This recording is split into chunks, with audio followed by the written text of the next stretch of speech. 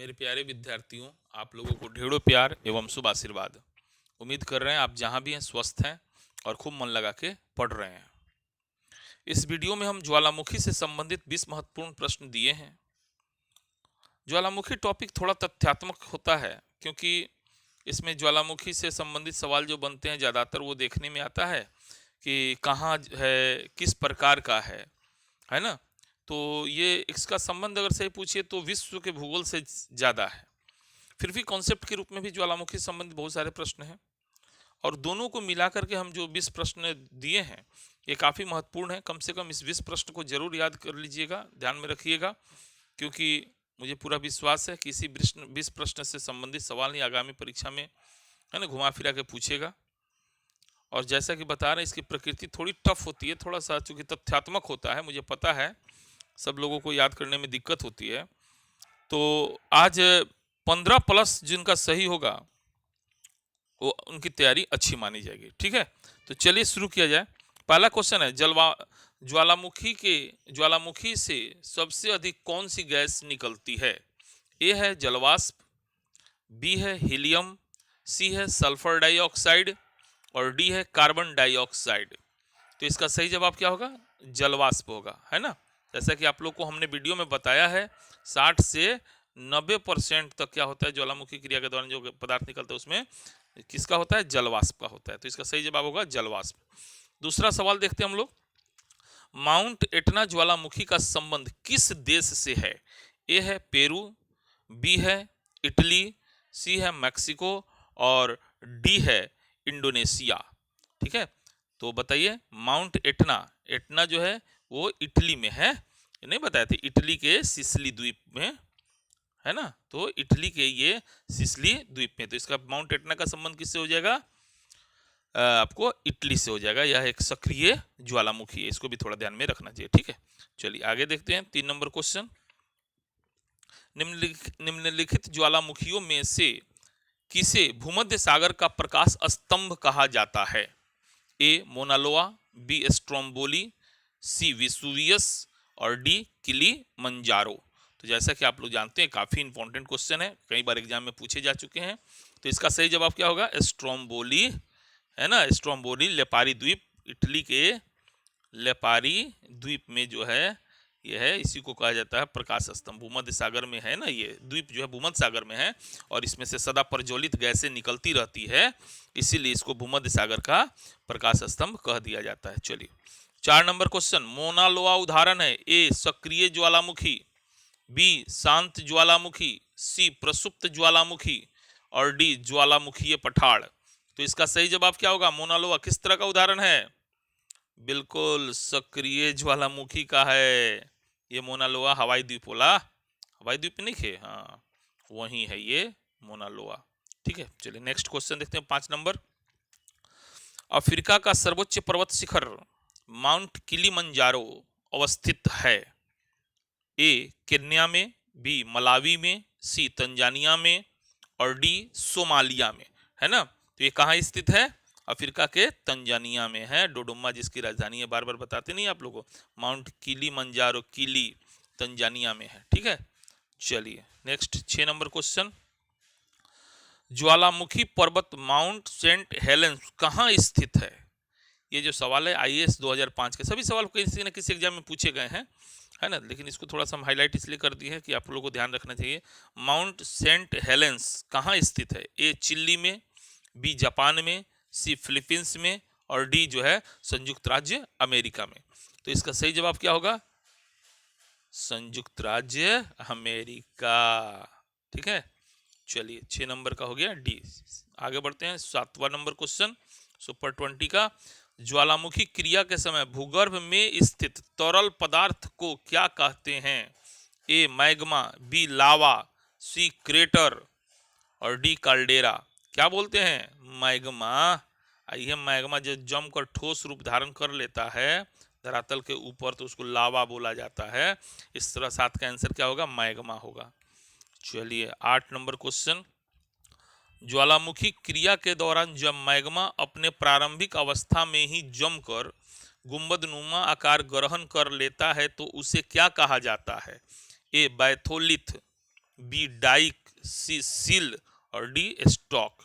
क्या कहा जाता है? बैथोलिथ। नहीं बताते भूगर्भ में माने पृथ्वी के अंदरे में जब वो जम के गुंबदनुमा आकार ग्रहण कर लेता है, याद आ रहा है कुछ इस तरह बताए थे, तो इसको क्या कहा जाता है? बैथोलिथ कहा जाता है। चलिए तो 8 का ये होगा, ठीक है ना। आते हैं 9 पे। ज्वालामुखी क्रिया शांत होने के बाद उसके मुख में जल भर जाता है तो उससे झील का निर्माण होता है। प्रायः छोटे आकार के झील को क्या कहते हैं?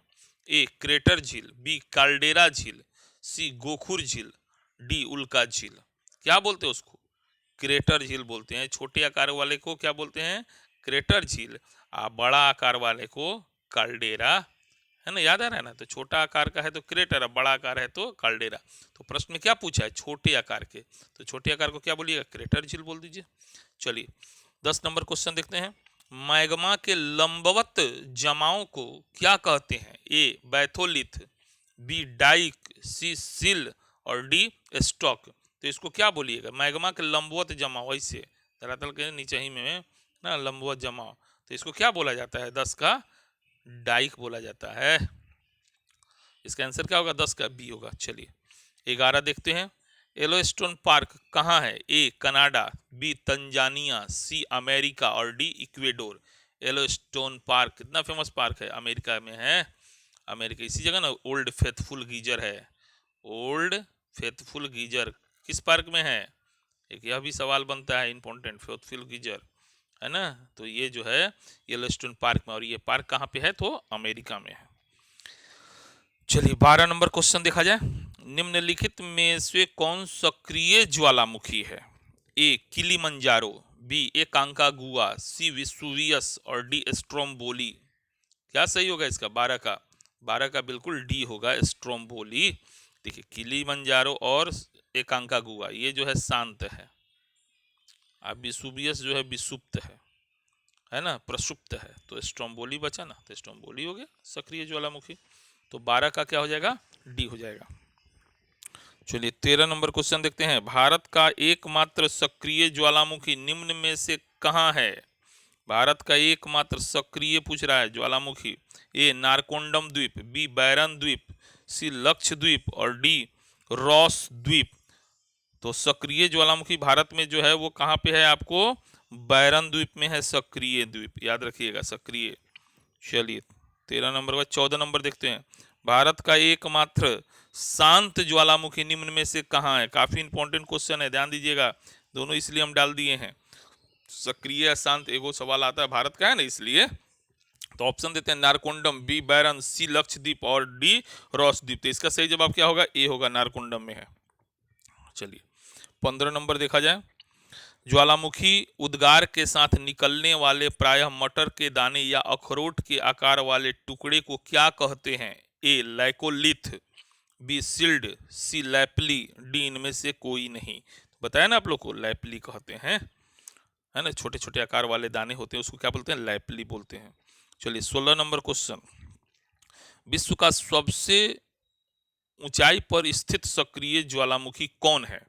ए माउंट एटना, बी स्ट्रोम्बोली, सी ओजस डेल सालाडो और डी है कोटोपैक्सी। तो इसका सही जवाब क्या होगा? ओजस डेल सालाडो, अर्जेंटीना चिली की सीमा पर स्थित। याद आ रहा है? सब कहानी की तरह समझाए हुए थे। चलिए 17 नंबर क्वेश्चन देखा जाए। विश्व की सबसे ऊंचाई पर स्थित शांत ज्वालामुखी कौन है? ए किलिमंजारो, बी चिम्बराजो, सी एकांकागुआ और डी पोप्पा।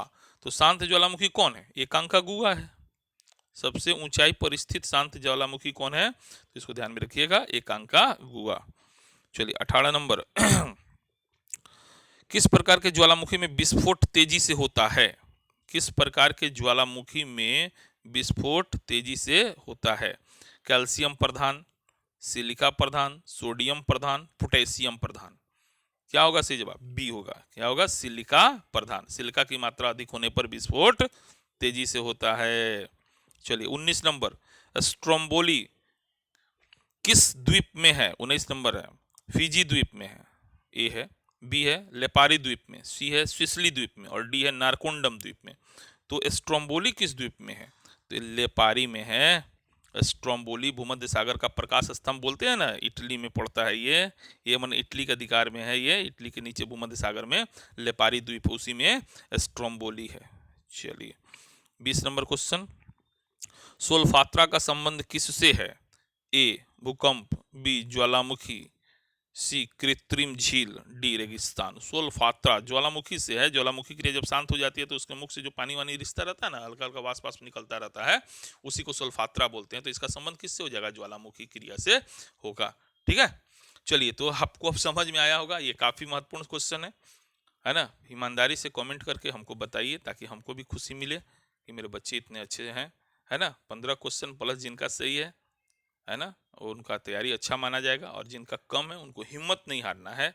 एक बार वीडियो तो ऑलरेडी यूट्यूब पे तो फ्री वाला ही है, देखिए उसको, देख करके कोशिश कीजिए। ठीक है, देखिए ऐसा नहीं है, सब वीडियो बनाने में काफ़ी समय लगता है, मेहनत लगता है ना। 3-3 4-4 घंटा मेहनत करते हैं तब जाके 20 क्वेश्चन तैयार होता है। कोई क्वेश्चन ही छांटना नहीं होता है, क्वेश्चन को सबसे पहले तो जितने क्वेश्चन बैंक है सबको देख के समझना पड़ता है कि कौन सवाल आगामी एग्जाम में भी आ सकता है, क्योंकि बारंबार इसकी प्रकृति आने की है। उसके बाद उसको टाइपिंग करना, उसके बाद उसको सेट आउट करना। ठीक है, तो प्लीज़ आप लोग के लिए हम मेहनत कर रहे हैं, तो मैं चाहता हूँ कि आप लोग इस वीडियो को देखिए, फ़ायदा उठाइए, नोट डाउन कीजिए। ठीक है, अच्छा लगा हो तो कमेंट कीजिएगा ज़रूर, लाइक कीजिएगा और मित्रों को भी शेयर कीजिए। चलिए बहुत बहुत धन्यवाद।